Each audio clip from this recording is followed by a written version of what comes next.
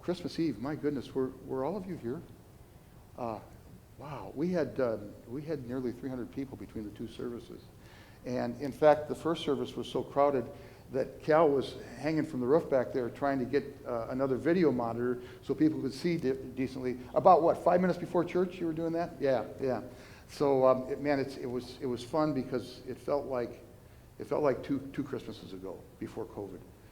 And maybe we can use that to move on to the next chapter. And I know COVID's heating up. There are lots of people in airports who can't get airplanes, but it was just good to feel that again for another minute.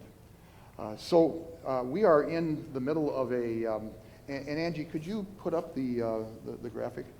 We're in the middle of a sermon series here, and it's going to be a year-long sermon series about Jesus. We're going to focus exclusively on Jesus, and so today we're going to take on we're going to take a look at Jesus when he's 40 days old, and this strange encounter that he has with an old man. But to get at that, and of course you know me, free association, I wanted to do some nursery rhymes with you, okay? Because I don't know if you know this or not, but these sweet-sounding, poetic nursery rhymes have some hidden meanings that are sometimes, they're always very honest, but sometimes they're a little dark. And I may have talked about this before. I can't remember. If I did, I did Ring Around the Rosie and Humpty Dumpty, but I decided today I was going to Google 3 others. So the first one, would you please, Angie? And leave it up while I talk about it, if you would, please. And let's do this together. You can sing with me. Yankee Doodle went to London riding on a pony, stuck a feather in his cap and called it macaroni. That is something that we all love, right? And it's actually the state song of the state of Connecticut. But except the joke's on us. I don't know if you know this or not.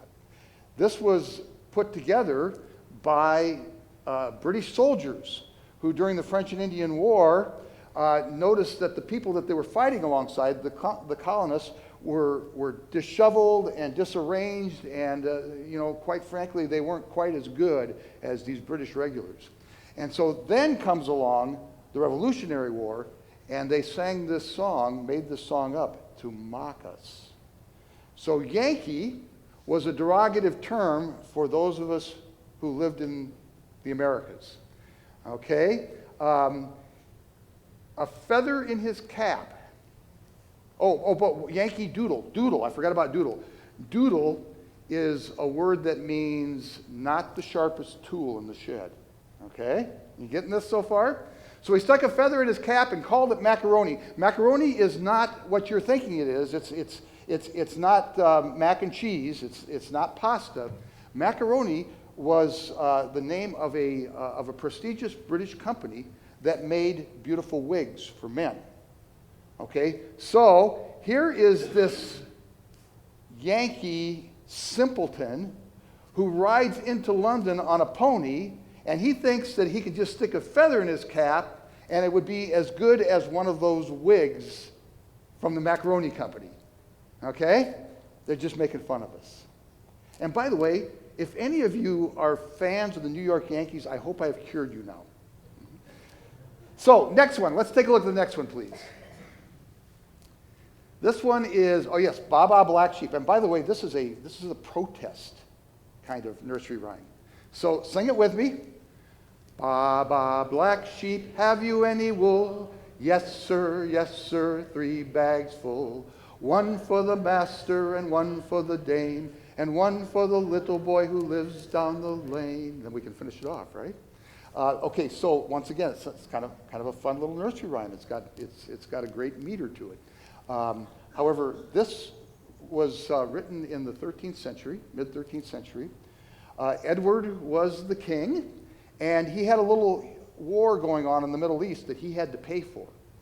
And so to pay for it, he imposed some pretty heavy taxes on wool, because wool was something that everyone wanted, everyone needed, and there was a lot of it out there, okay? So 3 bags full. One for the master, who's the king. One for the dame, who is the church. The dame is the Mother Mary, right? And one for the little boy that lives down the lane. That's the person who raises the sheep. So this is a 66% tax on the wool. You think they were a little perturbed by that? Okay, now black sheep, black sheep. So black dye was hard to come by, which also meant that it was expensive. So if you have a black sheep with black wool, that wool is more valuable than the white wool and also more heavily taxed. This is protest stuff. You see where this is going. I mean, these things are fun and we teach our children, but they have deeper meanings that have some edge to them, right? Okay, last one. I don't know if you know about this one or not. I Googled this one. I knew there was something with it, but I had no idea. You ready? We're just going to say this one because I don't know the song to it. Mary, Mary, quite contrary, how does your garden grow? With silver bells and cockle shells and pretty maids all in a row. You think this is about Mary gardening? Anybody? Probably not. I'm sandbagging you, right? Anybody know what it's about? So this is about Queen Mary, who is the daughter of Henry VIII and half sister to Edward V, the 2 rulers that came before her. And of course, if you know anything about Henry VIII, he left the Catholic Church and formed the Protestant Church in England, which is now called the Church of England, right? And his son, Mary's half brother, carried that on. So they worked very hard at transforming all of England and converting all of England to the Protestant Church. Mary was a diehard Catholic. And when she came into power, she decided that it was her mission to roll back all of those changes. And she did it in a way that, I don't want to say this, that most Christians would shudder at, okay? So, Mary, Mary, quite contrary. She's contrary to her father and her half-brother, right? And is going to roll things back. How does your garden grow? Her henchman was a guy by the name of Stephen Gardiner. How does your garden grow? With silver bells and cockle shells? Silver bells and cockle shells are not flowers in this. Silver bells are thumb screws. Crushed thumbs of people who wouldn't convert. Cockle shells were meant for the men so they might be robbed of their manhood. And that's all I'll say about it. Okay? And pretty maids all in a row. These were the people of prominence and importance who would not leave the Protestant church. And Mary had them executed. Her nickname was Bloody Mary. Well, isn't that a happy thought? Aren't you looking forward to going back and teaching these things to your kids and your grandkids? So I'd like to stop right here because this really does have something to do with the lesson we talked about. But let's take a break, think about this, and sing.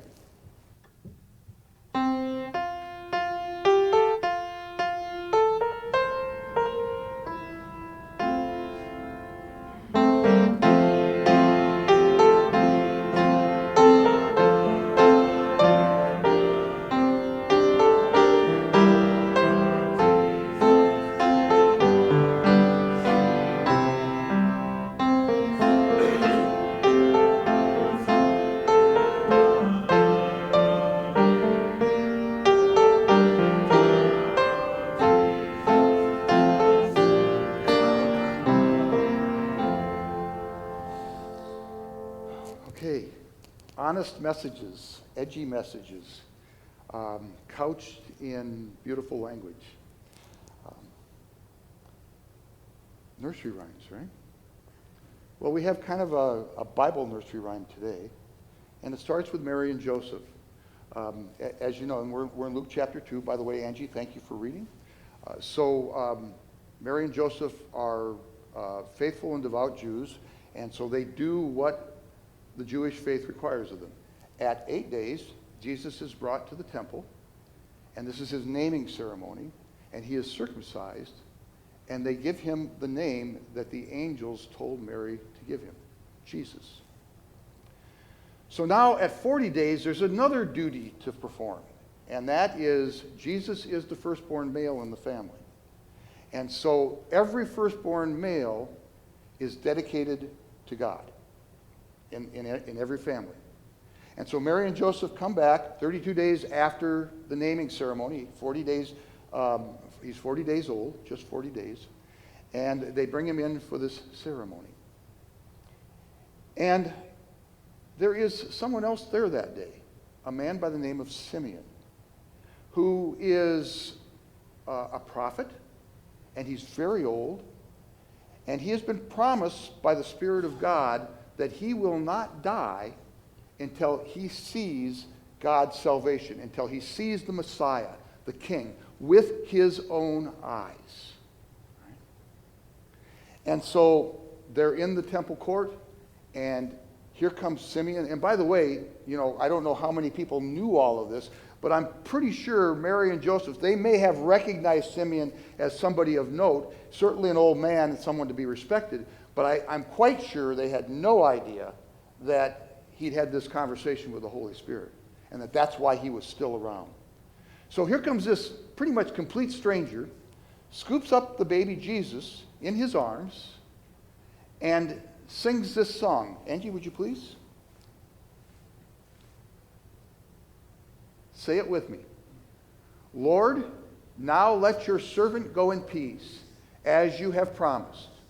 I have seen your salvation, which you have prepared for all people, a light to reveal God to the nations and the glory of your people Israel. This is the King who's come. And these words are filled with hope and promise, and they are absolutely beautiful in ways that, we still use today. Many of you might remember this or recognize this, especially those of us who grew up with liturgy. It's called the Nunc Dimittis, and it's part of many Christian liturgies, which is a Latin term that means permission to depart. So if you stop there with the story and Mary and Joseph are amazed, that's just fine. This is the Bible nursery rhyme that I'm talking about. But then Simeon goes on to Google the nursery rhyme, and he tells Joseph and Mary what it means. He says, this child is destined to become the reason that many in Israel will fall and many in Israel will rise. And their thoughts and their hearts, oh my goodness, we got to stop. Look out here. 2 fox. Wow. Laying in the yard playing. If you can't see this, come over and take a look. Sorry guys, I wish I could show it to you. That is just nuts. Yeah, go take a look. Get up and take a look, everybody. This is worth stopping for. Something you don't see every day in the middle of town.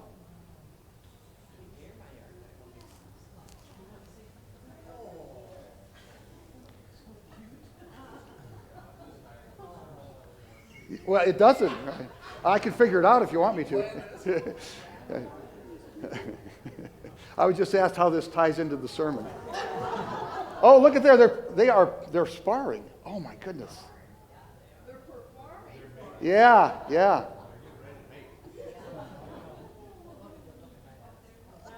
Isn't that cool? Okay, people, recess is over. Let's go.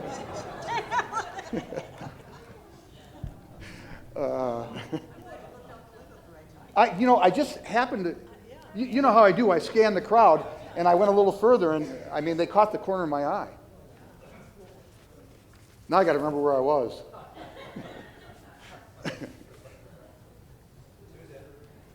Okay. For those of you who can't take your eyes off the fox, there will be a quiz of the sermon afterwards, okay? Okay, so let's see, where were we?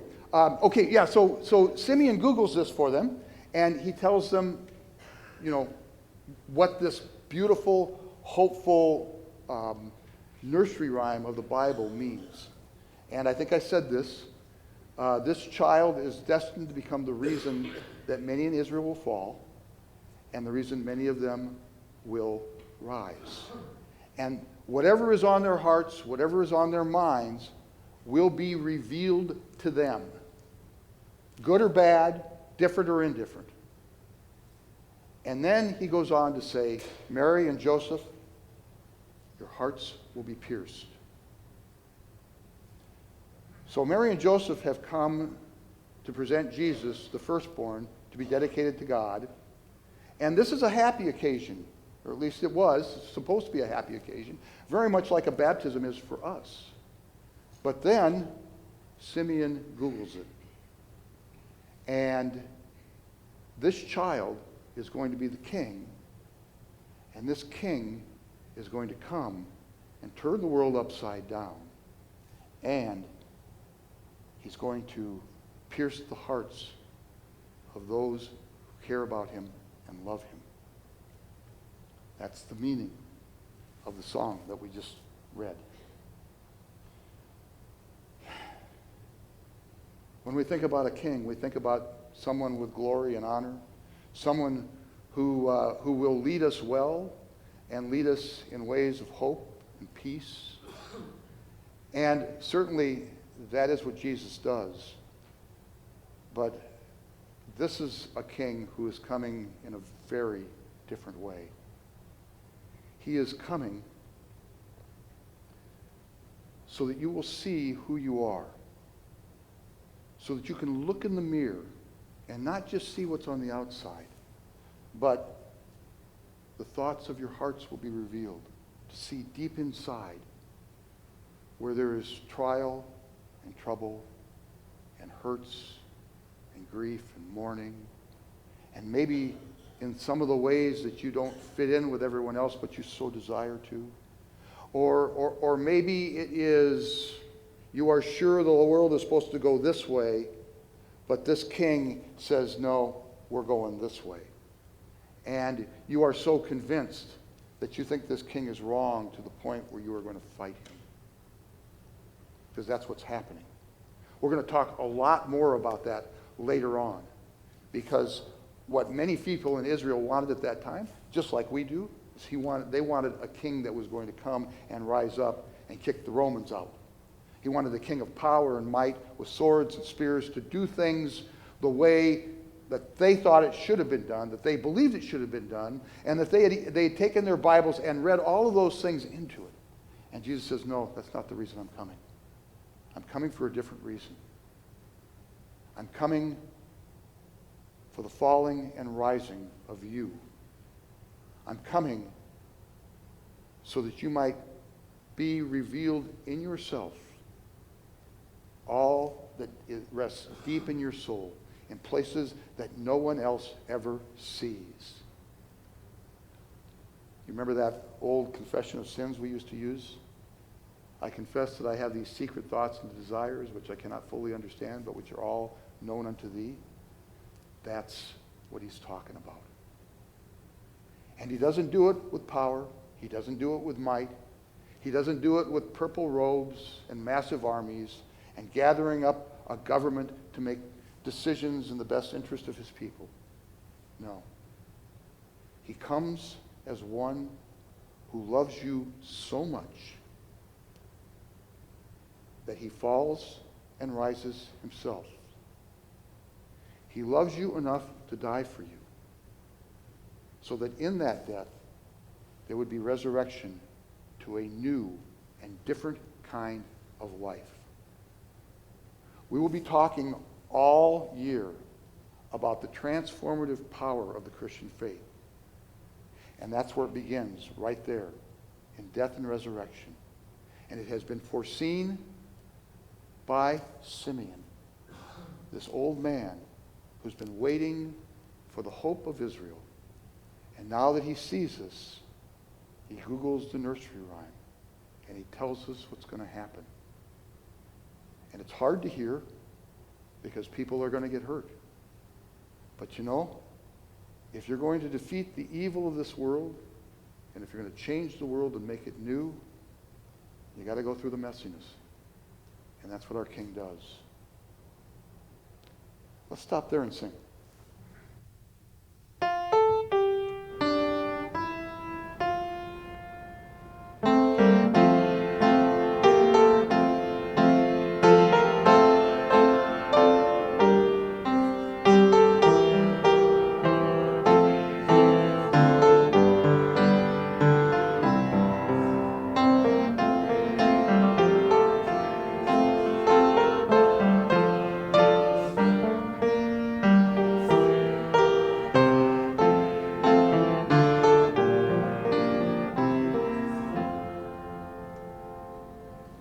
I have a couple of things I'd like to talk to you about. First of all is this. You folks know this because you've lived in this place all your lives. You understand that this is the core message of the Christian faith. And that for every one of us, there are things that are out of our control, things that we can't handle on our own. And Jesus comes for those things. And yes, we love to hide them. We love to bury them underneath this perfect-looking life. But they're there. And Jesus comes to reveal those things to you, and not just reveal them, but say, I love you so much that I've come to make a new world for you. That's important for you all to remember. Let me also say this, and I know I talk about it a lot, but it's really important. Wednesday nights. Wednesday nights, I mean, this last semester, since September, on a weekly basis, there are people here that I have never seen before, and I do not know their names. Every week, somebody new. And you might, if you remember back when I interviewed for this job, I said, that's our mission field. That's what we're here for. And it's not to make First Lutheran bigger or great. It's not for the long-term survival of this church. It's because of Simeon's nursery rhyme and the way he Googles it for us. Because for every one of those people who come in the door, regardless of the reason they come in the door, and most of them, frankly, are coming in because their kids think it's a fun place to be. It is a fun place to be. But there's something bigger going on. Something much bigger. And it's happening with the adults, and it's happening with the kids. And as they are here week in, week out, they are experiencing, some of them for the very first time, what you have known pretty much all your lives because you've been a part of this. That the King has come. And this King is, he is the one who will bring peace and hope into your lives. And they probably heard that out there someplace. But what they're getting now is they're getting Simeon Googling it. And it's starting to reach into their hearts. And it's starting to change them. I have more than one of these people, many of them, who will come up to me afterwards and say, you know, what happened here tonight really changed the way I see my life. In one way, shape, or form or another, that's what they're doing. That's what they're talking about. Some of those folks have been here for about a year or two. Some of them are here for the first time. It's going to take them a little time to catch on to what's going on. But my hope is that this will be a place where they will be introduced to the King of Love. And that they will find out, discover, as they come here, just as you have discovered. Just as you keep coming back each week to hear more because you know you need it. I mean, yeah, we're here for the donuts and coffee. Let's be clear about that. It's a lot of fun to go back there and sit with our friends and drink coffee, but the main event is here. Because there are deep holes in our souls that need to be filled by the King of Love. And that's my hope and prayer for this congregation, that it be that kind of beacon and that kind of place. That's my hope for Wednesday night. And eventually that's my hope for Sunday morning with those same people. They're getting a 10-minute slice. You folks are getting 25 to 30 minutes. And I want them to engage in that as well. It's going to take time. But my friends, it's happening with God's guidance and God's direction and the Spirit in maybe in this old man, who says, there's more here. Let's talk. Thanks be to God. Amen.